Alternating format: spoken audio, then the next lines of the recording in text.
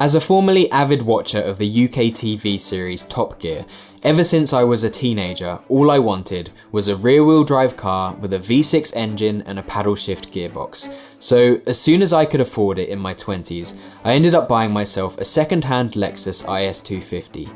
Immediately, I sunk a ton of money into modifying the exhaust, wheels, suspension, and other parts with my mechanic younger brother Phil.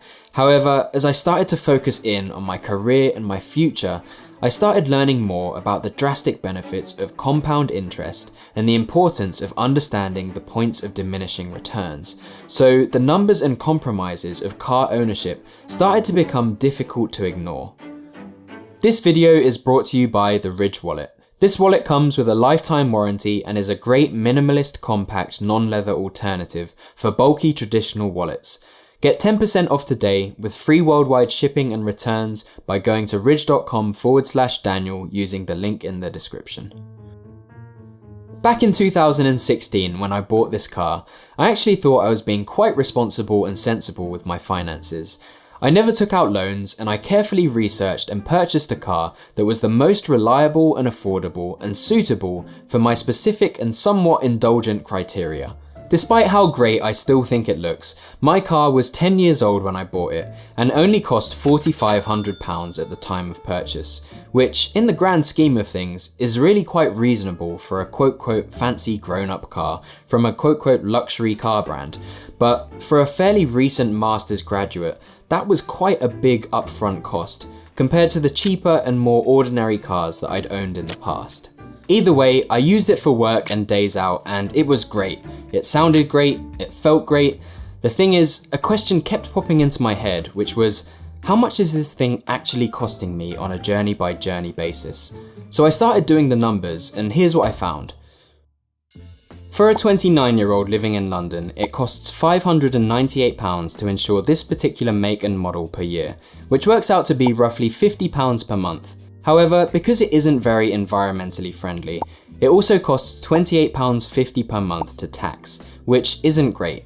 It also costs around £150 to MOT and service each year, which is fairly standard and works out to be around £12.50 a month. So all of this works out to be £91 per month just for ownership, plus the additional main expenses of fuel and the occasional car wash. The thing is, now that I work entirely from home, I rarely use it, and this is quite an expensive way to do my grocery shopping. This was costing me around £15 each time I used it, and unlike houses or other investments, my car was mainly just sitting on our driveway depreciating. So at the end of last year, I sold it. But when I did, I also discovered that I'd also lost about £2,000 over 5 years in depreciation, plus all of the extra money that I'd spent on unnecessary modifications throughout its lifetime. Right now, I don't really have non-negotiable obligations like a work commute or a school run, so I don't really need a car.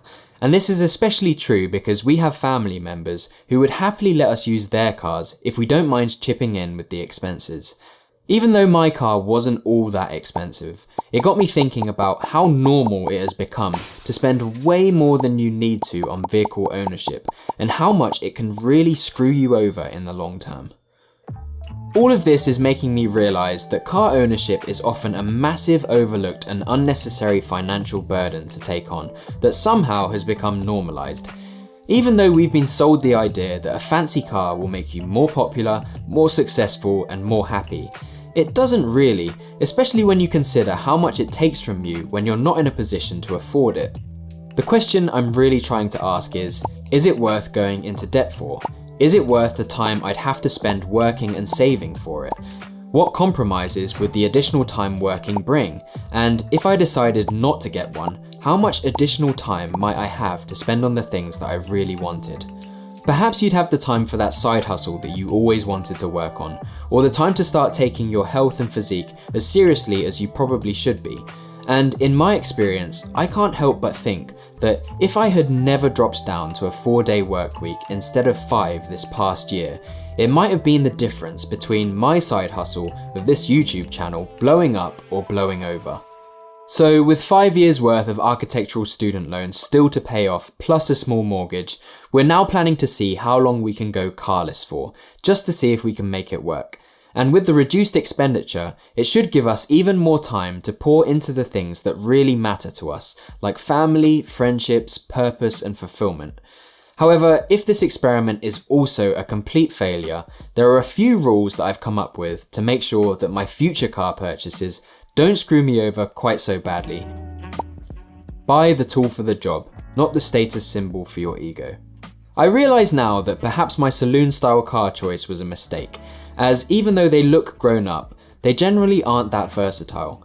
Going forward, I'll probably only consider options with folding rear seats that make a more clever use of the space. And also, powerful engines don't really make a car any more useful, so despite them being a bit more enjoyable to use, they're really only a luxury worth indulging in if you can easily afford it. Which brings me to my next point. Don't go into debt. This is just a given and a rule that I always try to live by, because generally speaking, as long as you're in debt, all of the money that you make doesn't actually belong to you, it still belongs to the bank. If because of your situation you're forced to take out a loan on a car, make sure that you're still able to easily save or invest a monthly figure that exceeds your monthly car payment.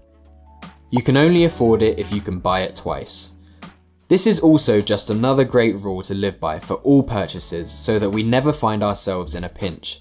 This is also without considering our rainy day fund, which we also like to keep at around 3 to 6 months worth of expenses. Never buy a car under 5 years old.